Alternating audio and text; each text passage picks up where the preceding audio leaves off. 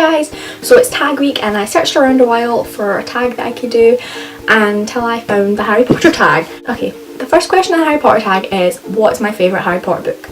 My personal favourite Harry Potter book is The Half-Blood Prince. The Half-Blood Prince because it has a lot, I think, to do with just the whole plot in general. It's just the book that sort of starts to introduce how big the Horcruxes are and how they need to go and find them, and towards the end a lot of things start to get revealed, and you know, it starts getting a lot darker at the end of the 6th book, and I prefer the darker Harry Potter books. I liked the whole memory thing, getting the memory from Slughorn and finding out about the Horcruxes, and the Pensieve started to become a bigger thing, and I always really liked the concept of the Pensieve. I just thought it was quite interesting. I didn't like him as a person much, but I really enjoyed Slughorn's character. I thought he brought a lot to the things. And second one is, what's my favourite film?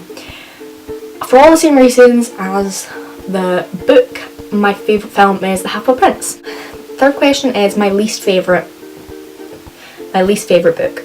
I find it really hard to pick a least favourite book as I love all the books so much, but as I've already said, I prefer Harry Potter when it starts to get a bit darker, as the latest ones are like the first 3 and I really like the third. I'm going to have to pick between the first 2 because they're just a bit more light-hearted and I do really enjoy that. I prefer it more in the films and I like the darker books a bit better. The question is, part of the books or films that made me cry. Doesn't come as a surprise when I say a lot of the time when people died, obviously. The thing that I cry a lot in the films is Snape's death, because everyone starts to realise that he was actually like a good guy and he just really loved Lily, and I just find it really sad, and just all his memories, I just find that so sad, and I cry a lot of that. So also Cedric's death in the 4th film, I just find that really sad just because of his dad coming on and crying, and the way it was done made it really sad because the music is still playing in the background, like all the trumpets and all the happy things, and people are celebrating that they got out, and then they start to realise that Cedric's dead and his dad comes on crying and Harry's really upset, and I just find that part really sad. The 6th film, which doesn't seem like something you would cry at. I can't remember if this actually happens in the books because I've seen the films more recently than I've read the books, but the part when I can't remember where they actually are, but it's when Ron kisses Lavender and Hermione sees, and she goes and she gets really upset and she makes the birds, and then she's really upset, and I find that so upsetting because Hermione was always one of my favourite characters and I don't like it when she's upset. Okay, the 5th question is, if you could go out with any Harry Potter character, who would it be? I don't really know, but I always liked Neville's character, especially towards the last books when he starts becoming all brave. Definitely from the 5th film / book onwards, I really liked Neville's character. So, and I don't want to be stereotypical and say Harry, and I like Ron with Hermione, so Neville. Next question is, what would your Patronus be? I don't really know what animal I would be. Like, I know a lot of people, you know, like try and base animals on like your characteristics and personality. I genuinely, if I was asked this question, I have no idea what animal would represent me. So I've got to say I don't know to this question.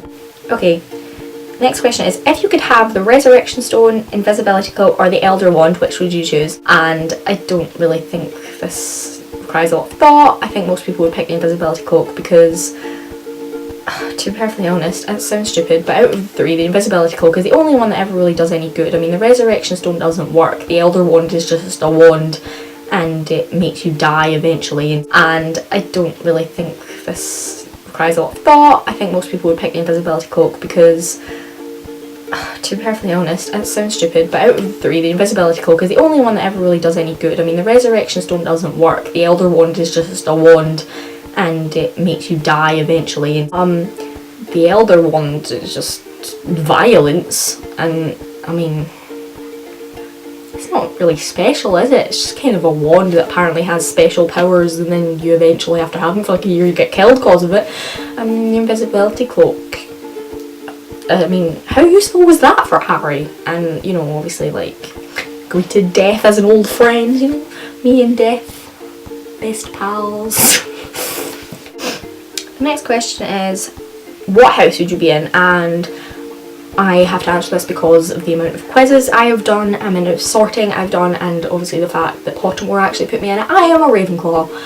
Last question. If you could meet any member of the cast, who would it be? Emma Watson, because I just love Emma Watson. Rupert Grint, because he seems funny and cool. Tom Felton, because he seems cool too. And Evanna Lynch, because I just really like her personality and she seems lovely and I like her a lot. So yeah, Evanna Lynch, Emma Watson, Rupert Grint and Tom Felton. Have you played any of the video games? No, I don't really play video games. Like, if you were on the Quidditch team, what position would you play? I would be either the people that throw the bludgers at people, you know, those ones that just kind of chuck things at people, I'd be good at that. Or just like the people that sort of just fly around and throw the ball in the hoop. Are you happy with the ending?